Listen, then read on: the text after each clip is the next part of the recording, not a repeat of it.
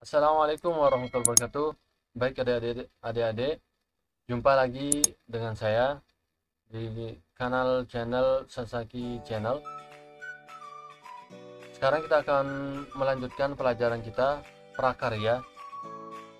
Pada pembelajaran kemarin sudah kita membahas tentang budidaya tanaman obat, ciri-cirinya dan lain sebagainya.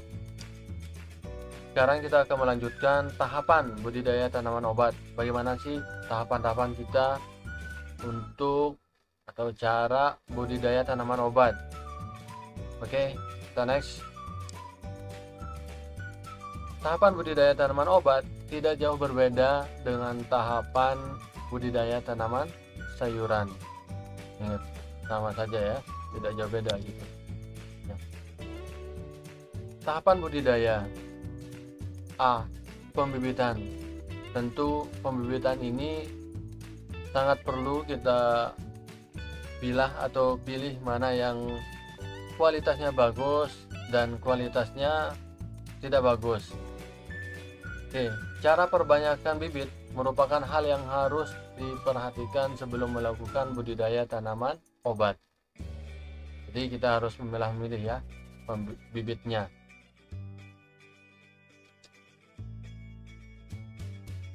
Cara pembibitan, baik, kita akan lanjut adik-adik.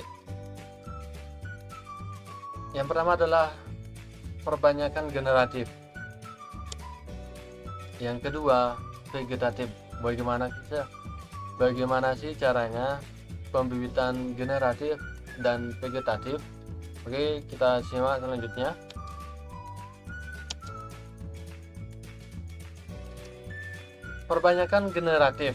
Perbanyakan generatif tanaman dilakukan dengan biji. Dari bijinya ya. Tanaman sebaiknya diperoleh dari tanaman induk yang sehat dan memiliki hasil yang baik. Biji dapat disemai di polybag atau bak persemaian. Ini dari bijinya ya. Bedengan semai sebaiknya ditutup untuk melindungi bibit dari pengaruh lingkungan yang kurang baik. Bedengan persemaian harus memiliki drainase yang baik agar tidak tergenang air dan memiliki permukaan yang gembur agar dapat menampung air sisa resapan dari media pembibitan.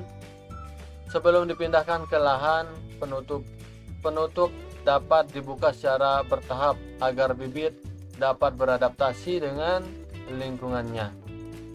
Jadi ditutup ya, kemudian nanti akan dibuka perlahan atau bertahap supaya si bibit tersebut bisa beradaptasi dengan lingkungan.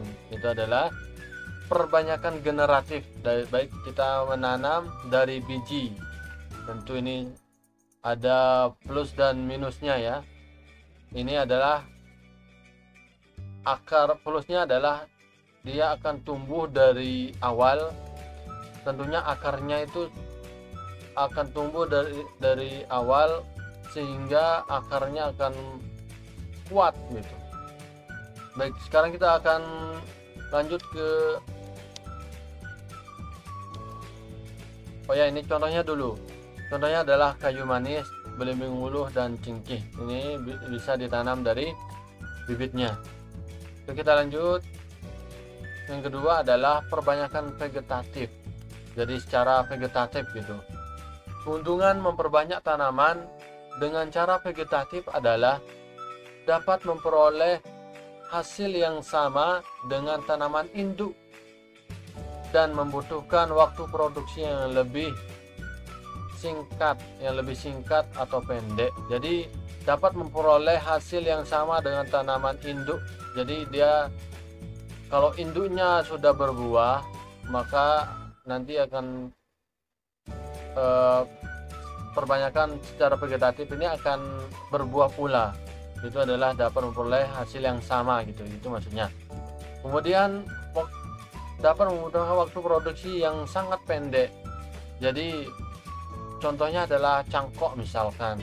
Kita mencangkok tentunya kita mengambil dari batang pohon tersebut. Jadi itu adalah waktu kita memproduksi waktu yang lebih singkat atau pendek ketimbang dia yang generatif itu dari bibit awal. Jadi lama kita menunggu, namun ada keunggulannya tersendiri ya. Kemudian tanaman hasil perbanyakan vegetatif memiliki prakarya yang kurang kuat. Nah ini kita lihat, kalau misalkan di cangkok dia akan kurang kuat. Itulah bedanya dengan generatif.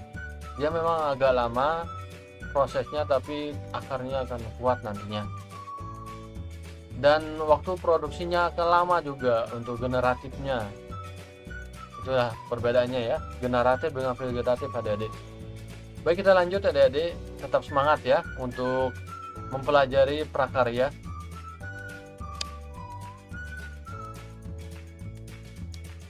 Baik, perbanyakan vegetatif.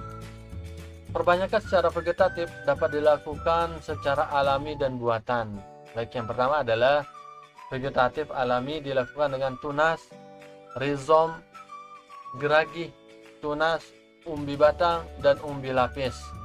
Kemudian yang kedua, vegetatif buatan dilakukan dengan cara stek, runduk, okulasi, menyambung, dan cangkok. Baik adik-adik, kita lanjut.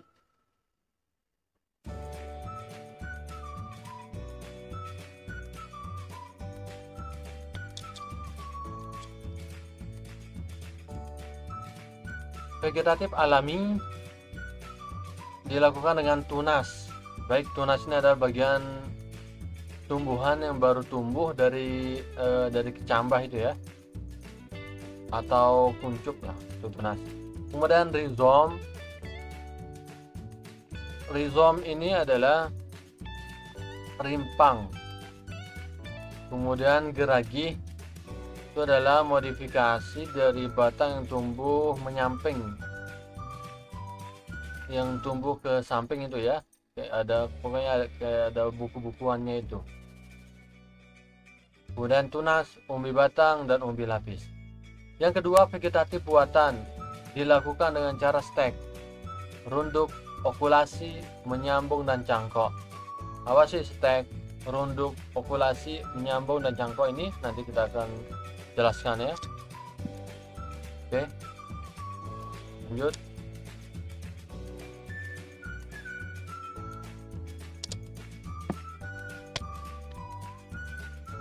Pembibitan tanaman obat secara vegetatif buatan. Yang pertama adalah stek ya, tadi sudah dibahas. Stek tadi sudah disebut ya, maksudnya.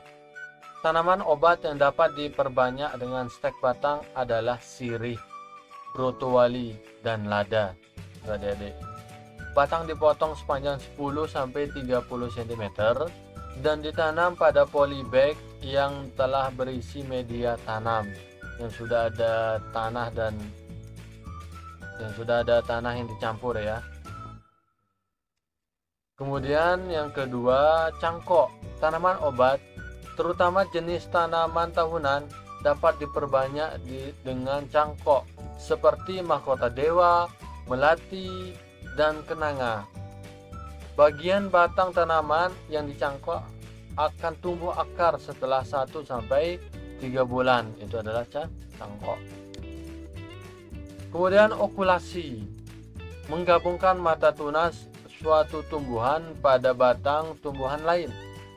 Teknik ini biasanya digunakan untuk perbanyakan tanaman obat tahunan seperti kayu manis, pala, dan belimbing uluh. Itu biasanya pakai okulasi. Nah, ini gambarnya cangkok. Contoh dari cangkok ya. Ini 1-3 bulan baru tumbuh akarnya.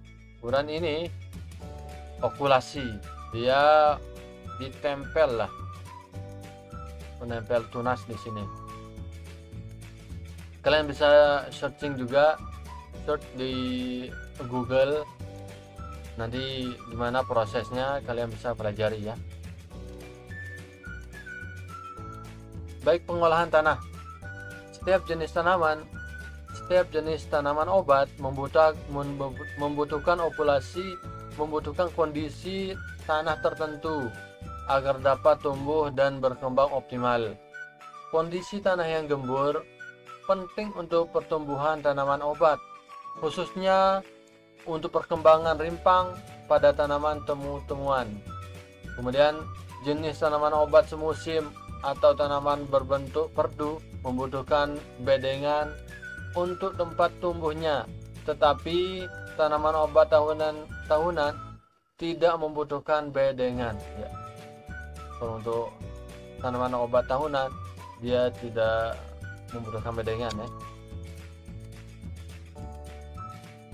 Kemudian penanaman, baik lubang dan alur tanam dibuat pada bedengan. Jarak lubang tanam disesuaikan dengan kondisi tanah dan jenis tanaman. Saat penggalian lubang tanam, sebaiknya tanah galian tersebut dicampur dengan pupuk kandang atau kompos. Itu ya adik-adik ya. Kalau kalian sedang penggalian, langsung dicampur saja dengan pupuk kandang atau kompos yang sudah jadi ya. Tanaman obat yang tumbuhnya merambat seperti sirih dan lada membutuhkan tegakan. Ini biasa di pepohonan juga bisa ya. Tapi kalian harus membuatkan tegakan, entah itu dari bambu, kayu yang tegak lurus ke atas dan sebagainya. Tegakan dapat berupa panjatan hidup atau mati ya. Tegakan dapat dipasang kira-kira 10 cm dari tanaman. Tanaman panjatan hidup harus dipilih yang tumbuh cepat ya, tanaman panjatan yang lebih cepat ya, kuat dan berbatang lurus, itu ya ciri-cirinya untuk yang terbaik. Bagaimana sih cara pemeliharaannya? Yang pertama adalah penyiraman. Oke, kita dari menyiramnya. Frekuensi penyiraman dapat diatur sesuai dengan kondisi kelembapan tanah. Sebaiknya penyiraman dilakukan setiap hari saat pagi dan sore hari. Sistem pembuangan air juga perlu diperhatikan karena beberapa jenis tanaman obat tidak tahan genangan air ya. Kalian harus tahu ciri-ciri tanaman obat yang tidak tahan air dan ada yang tahan air ya. Kemudian yang kedua, penyulaman. Penanaman kembali tanaman yang rusak atau mati atau tumbuh tidak normal ya. Itu untuk penyulamannya. Kemudian yang ketiga, pemupukan. Pupuk yang digunakan sebaiknya pupuk organik, pupuk alami. Karena ini adalah tanaman obat, supaya tidak terlalu dicampur dengan obat-obatan kimia lah. Harus dengan pupuk organik, pupuk alami. Kemudian yang keempat, penyiangan. Penyiangan gulma harus dilakukan agar tidak ada kompetisi antara tanaman budidaya dan gulma dalam mendapatkan hara dan cahaya matahari. Baik gulma-gulma di sekitarnya itu harus dibersihkan ya, atau tumbuhan-tumbuhan kecil atau rumputan kecil yang merusak atau yang membagi nutrisinya, kalian harus hindari ya, supaya mendapatkan cahaya matahari penuh juga.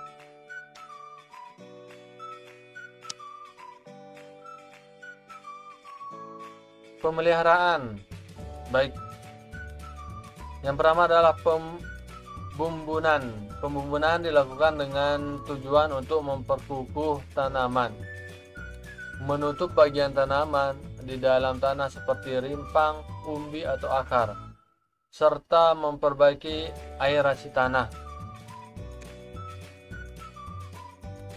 Yang kedua ini ya, ketiga, pengendalian organisme pengganggu tanaman atau pengendalian OPT dilakukan secara mekanis dan kimia.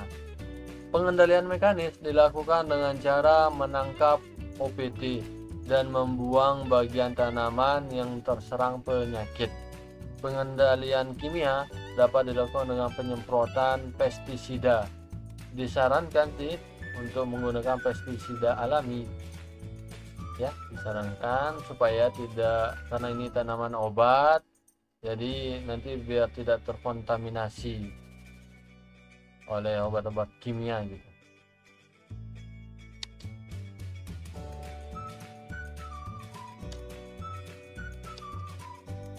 Kemudian panen dan pasca panen. Cara penanganan setiap jenis tanaman obat berbeda-beda. Ada tanaman obat yang dapat dimanfaatkan seluruh bagian tanamannya, dan ada pula yang dipanen hanya bagian tertentu saja. Umur panen dan bagian yang akan dipanen juga memengaruhi cara panen dan pengelolaan pasca panen. Ini ya, perlu diperhatikan.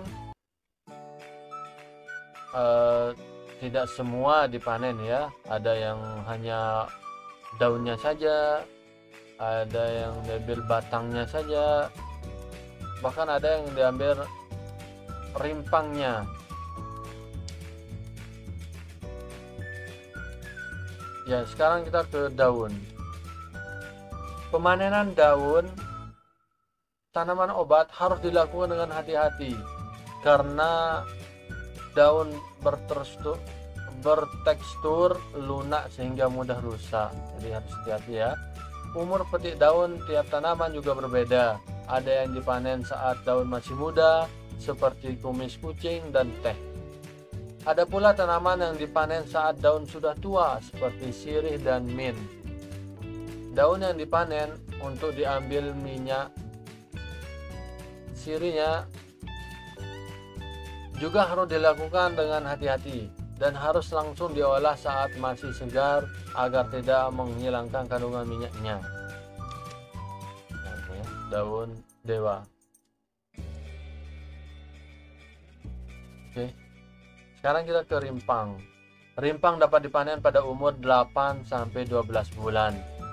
Pada saat daun tanaman sudah mulai menguning dan mengering, rimpang tanaman siap dipanen. Setelah dipanen, rimpang dibersihkan dari kotorannya, benda asing, serta rimpang busuknya dibuang ya. Selanjutnya, rimpang disortir berdasarkan umur dan ukuran rimpang. Setelah disortir, rimpang dicuci dengan air. Sebelum dikeringkan, rimpang harus dipotong-potong. Pengeringan dapat dilakukan dengan sinar matahari, bisa open atau blower. Selama pengeringan seringkali terjadi kerusakan kimia ya. Baik, ini rimpang lengkuas.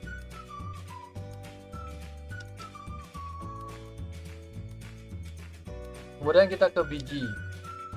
Biji banyak mengandung tepung, protein dan minyak. Kadar air biji saat dipanen berbeda-beda ya, tergantung pada umur panen tanaman obat tersebut. Makin tua umur biji, makin rendah kadar airnya. Sebaiknya hindari tempat lembab untuk penyimpanan biji ya. Untuk biji. Ini adalah surat. Oke.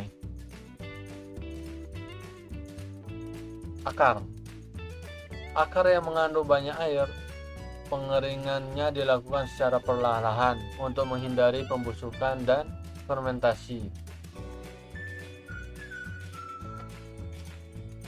Nah, ini contoh akar wangi. Oke, tahukah kamu, adik-adik, apakah kalian tahu herbarium merupakan istilah yang pertama kali digunakan oleh Tournefort 1700 pada tahun 1700 untuk tumbuhan yang dikeringkan.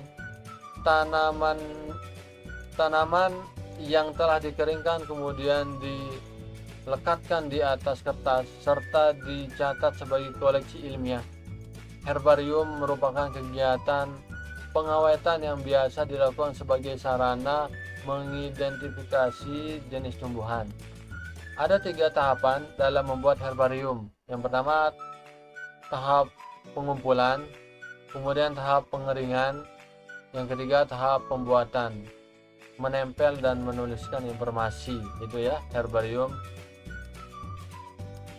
kegiatan pengawetan yang biasa dilakukan sebagai sarana mengidentifikasi jenis tumbuhan ya. Jangan lupa untuk gambarnya, kalian bisa lihat di buku prakaryanya. Oke. Contoh tahapan budidaya tanaman obat. Ya, kita langsung ke contohnya ya. Karena kita tidak bisa praktik, kalian harus praktek di rumahnya, di rumah masing-masing ya, dibimbing oleh orang tua. Jadi mohon maaf kita tidak bisa langsung praktek di madrasah atau di sekolah ya. Yang pertama itu harus perencanaan. Kita harus merencanakan apa sih yang kita akan tanam, apa yang kita akan budidaya. Oke, yang A, harus menentukan jenis tanaman obat yang akan dibudidayakan. Jadi kalian cari dulu apa tanaman obat yang kalian mau budidaya ya. Oke. Kemudian B, menentukan wadah untuk budidaya tanaman obat. Kalian harus menentukan wadahnya. Wadah budidaya tanaman obat. Kemudian yang ke C, membuat jadwal kegiatan budidaya. Kalian harus menentukan wadahnya dulu, entah itu pakai polybag atau apa. Kemudian membuat jadwal kegiatan budidayanya. Tanggal ini dan ini ya. Kemudian yang D, menyusun kebutuhan alat dan bahan. Kalian harus menyusun apa saja yang dibutuhkan dan alat dan bahannya ya. Kemudian menentukan tugas tiap individu. Misalkan kalian kerja kelompok nih, atau kalian bersama orang tua atau saudara-saudara kalian harus menentukan tugas-tugasnya. Ini tugasnya untuk ini, kemudian ayah misalkan tugasnya untuk ini dan lain sebagainya.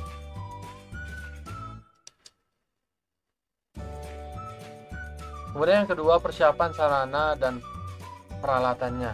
Apa sih untuk yang kita siapkan dari sarana dan peralatannya? Pertama adalah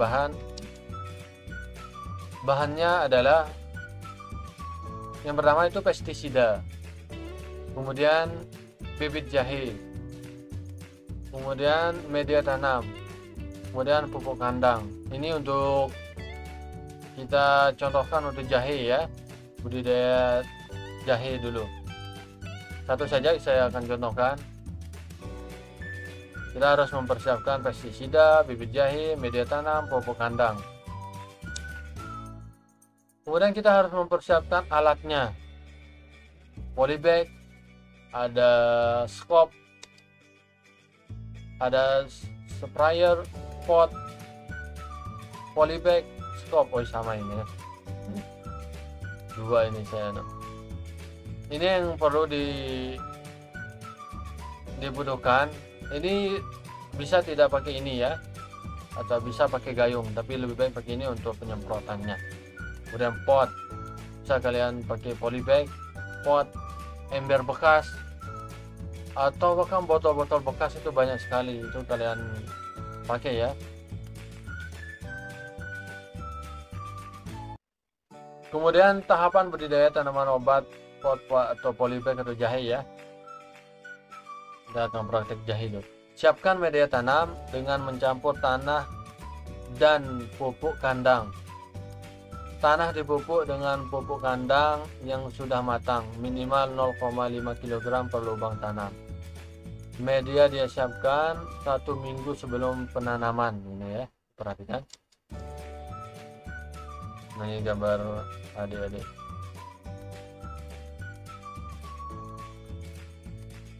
Oke, yang ke B, masukkan tanah ke dalam pot atau polybag ukuran 5 kg sampai hampir penuh. Nah, kita pakai yang ukuran 5 kg ya untuk prakteknya di sini. Praktek teori ya, apa namanya ini. Malam lagi COVID ya. Ya ini, contohnya seperti ini dan saat dimasukkan. Yang C, bibit yang digunakan berumur 9-10 bulan. Kulit rimpang yang digunakan sebaiknya tidak terluka atau lecet. Benih ditanam dengan tunas menghadap ke atas. Contohnya seperti ini. Nah ini.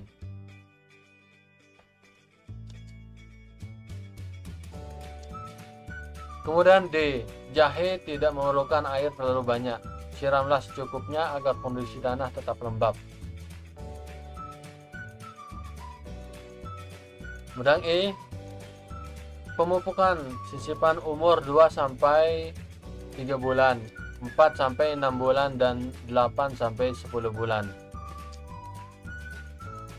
Baik, ini ya contohnya. F, jika daun jahe sudah terlihat kuning dan mengering, jahe siap dipanen.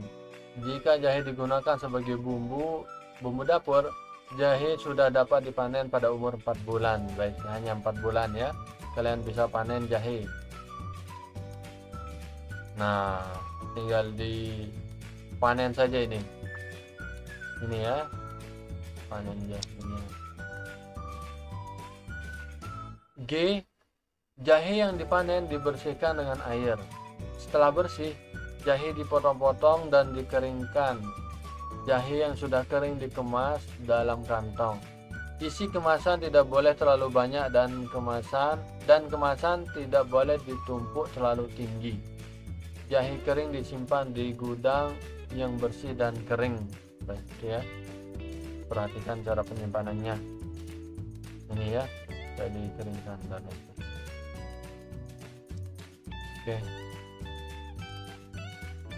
Oke, sekian, terima kasih adik-adik, itu saja materi. Kalau belum paham, kalian bisa ulang kembali videonya. Mohon maaf atas kekurangan penjelasannya, saya mohon maaf. Baik, sekian dan terima kasih. Tidak memperbanyak kalam.